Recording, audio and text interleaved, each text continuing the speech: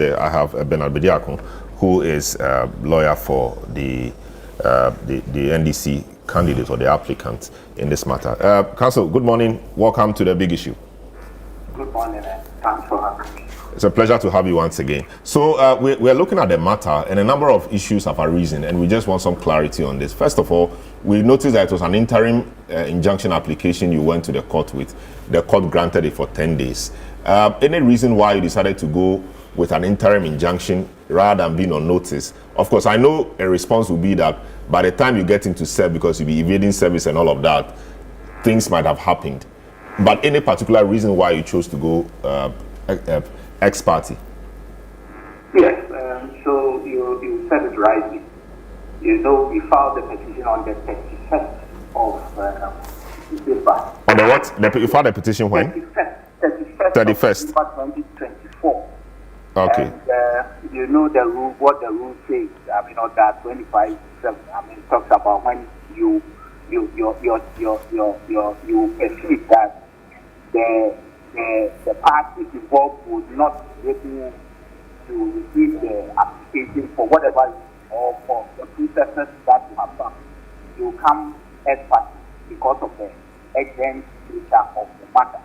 And you would agree with me that you see, we had sent people to the offices of the Electoral Commission for some documents, and we even sent a letter and a petition to them. They told us the offices are closed until after the activity.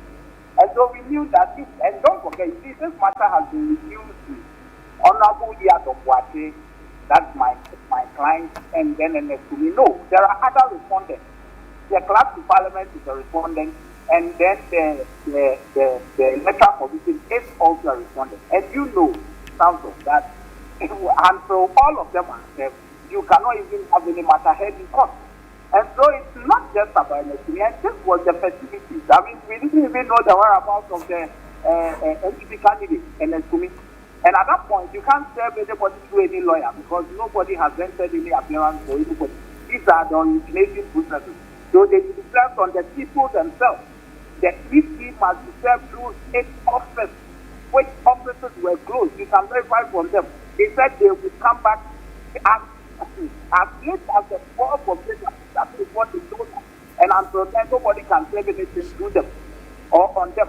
This is what we were told. So even before filing the petition, we knew that we won't get the Electoral Commission to serve. We won't get the Clerk to Parliament to serve because this was the defense. You see, so we knew that it was so urgent because as part of what the release were it was, to restrain him from being sworn. So if you come and, if you file a petition on notice, you shoot yourself in the foot. Nobody does that. So that's why we chose that part. And you know, it's a game pattern. And I hear this or the other pattern rule. How does it apply here? The rules of court. TBI provides that you can come as party. This is not the first time. It's nothing. We do it. And it is provided for under the rules. And so I do not know why anybody would have anything to do with that one. I see. So the matters have arisen from that interim injunction order.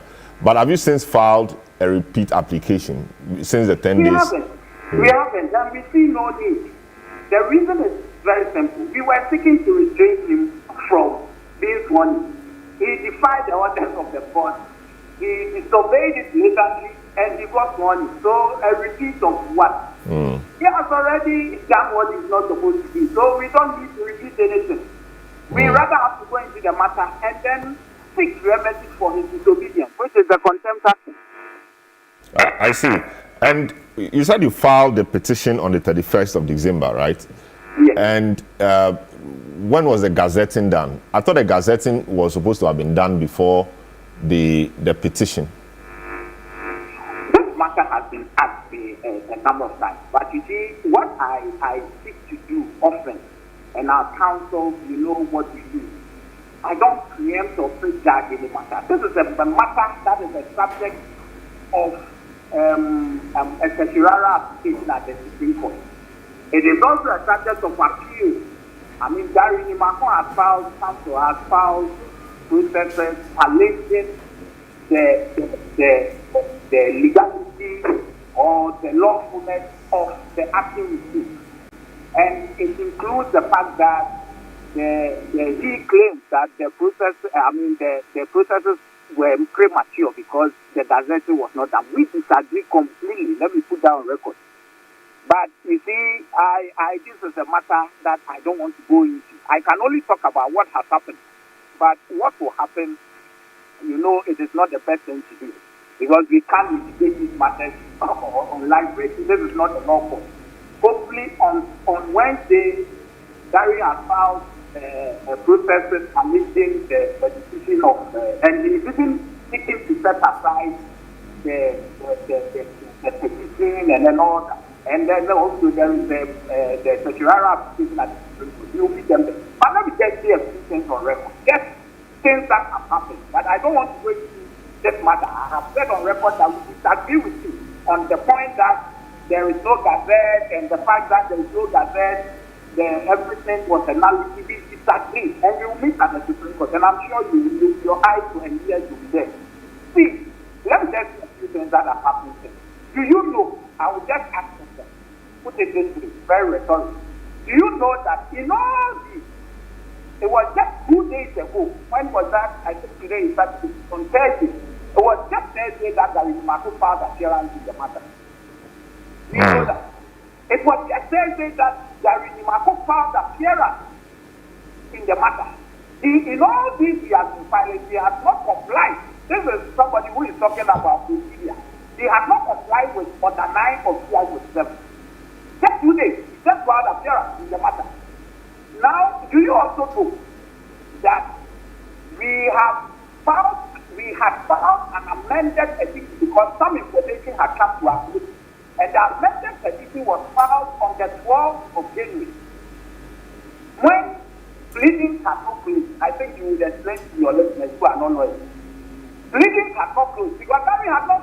Look, they have not even filed an appearance, they have not filed a response to their action, their origination action, which is the they have not filed any documents to counter it.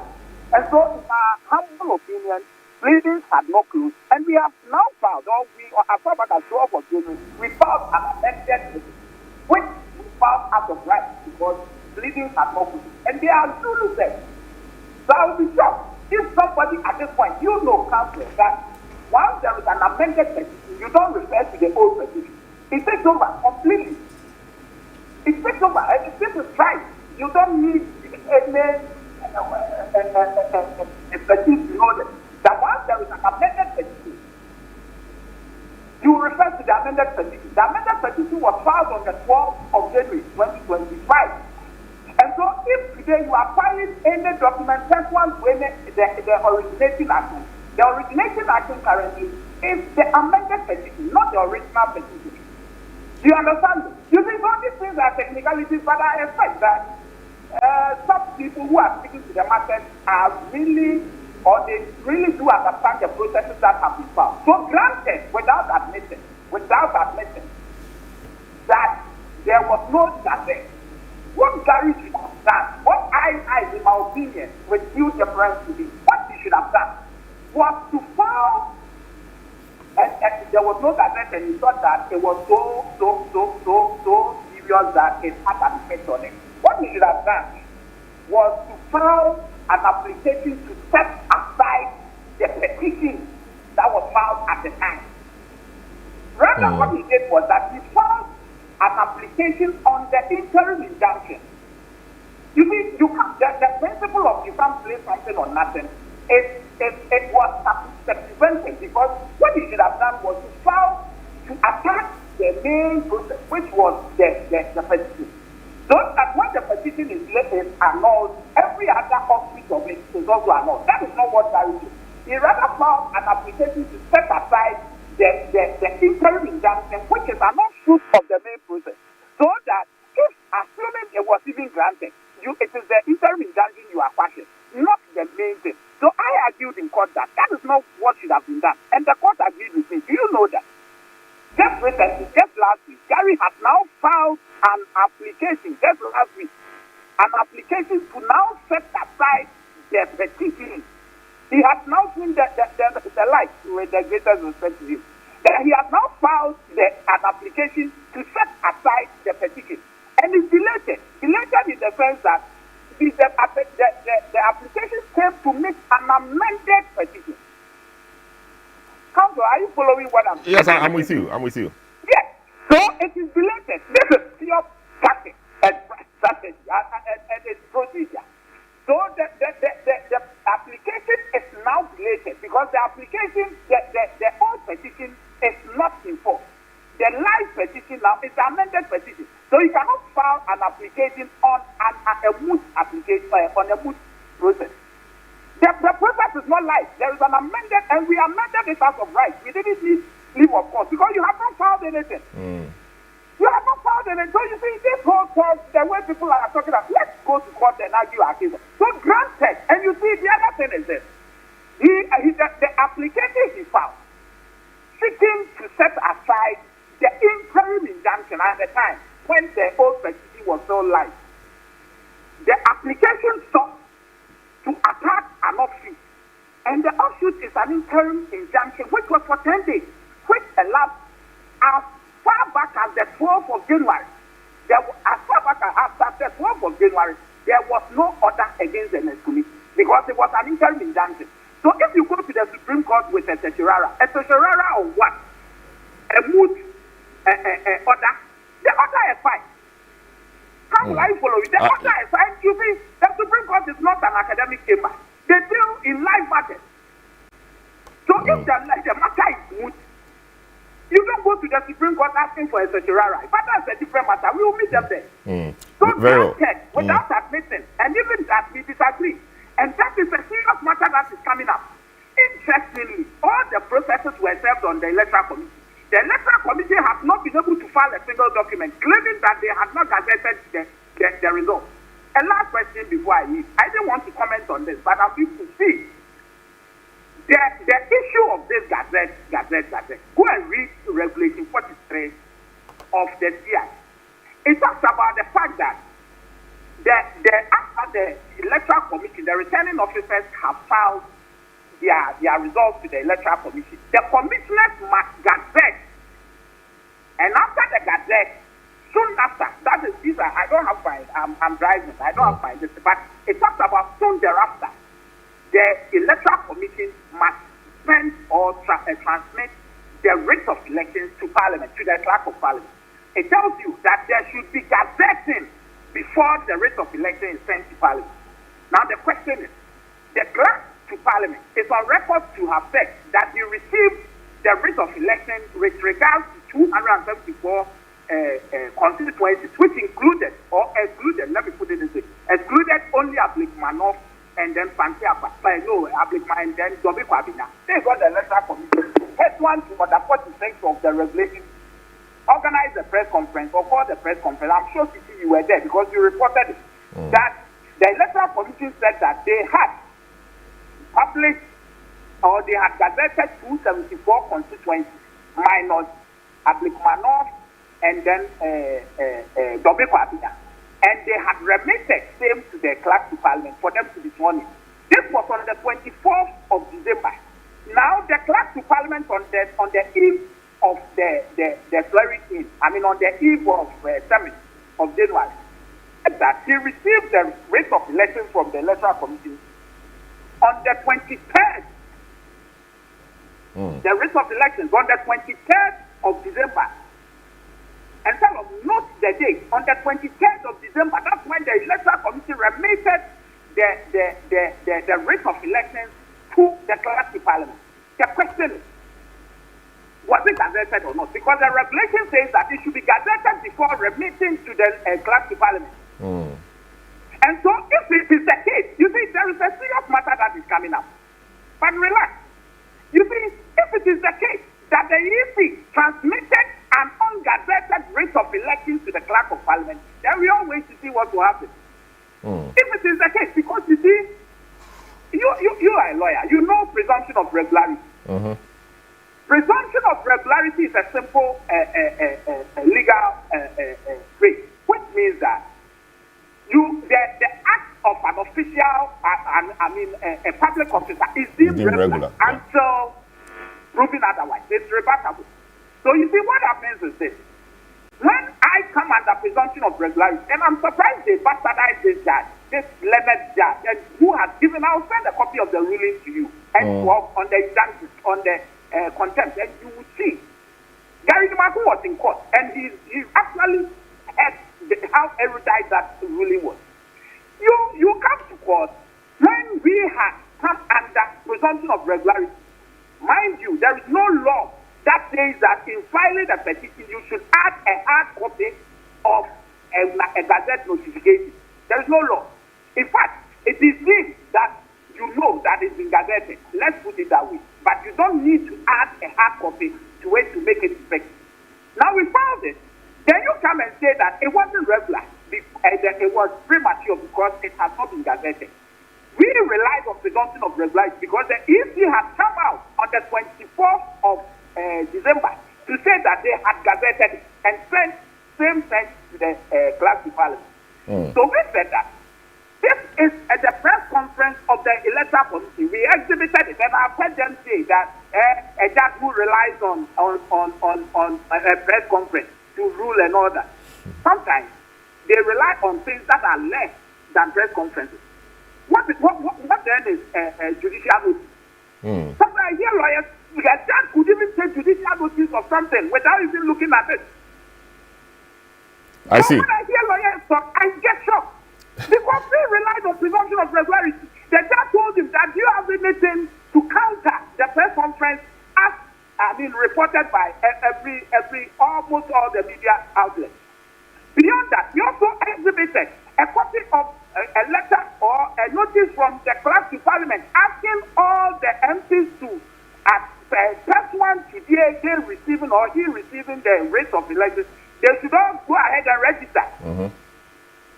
So we exhibited all these before the court. And you exhibited none beyond your saying. Let me put it that way so that non-lawyers will understand. Beyond what you said, you didn't exhibit anything, and you know the rules. You know what the court has said in the Majola case and all that. That mere saying it was not proof. And you exhibited nothing. You came to court and only said that it has not been gazetted. I exhibited at least a press conference, copies of a report from the Ghana News Agency, even CTFM, Joy FM, who said that the EC said they had gazetted it. So presumption of regularity. The onus is now on you to counter it, to say it's a false. And you said it without producing a single document on the face of it. And remember, this is a civil matter. So on a civil matter such as this, the proof is... The standard of proof is very well. Probability. Very well. Great. The proof is not beyond reasonable doubt. So as a judge, he looked at ours and he looked at yours and he said, you go with that. Very well. Let me say this last thing. Okay. It is at the Supreme Court, the processes filed at the Supreme Court, that Gary has exhibited the Gazette. copy of the Gazette. He didn't exhibit it at the trial court. So what do you expect the judge to do? I see. When are you back in court? Wednesday.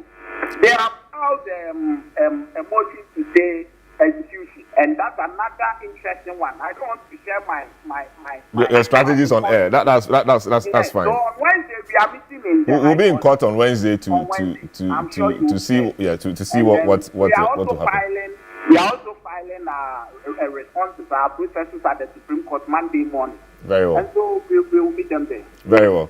Great. Thanks so much, Bernard Bediako, lawyer for the NDC candidate in the Akwatia election, or Akwatia constituency, Henry Boachi, Yadon Boachi. Yes, he's told us the side of the issues. Let's see if what he has said has changed anything in respect of what my guests have said. Bob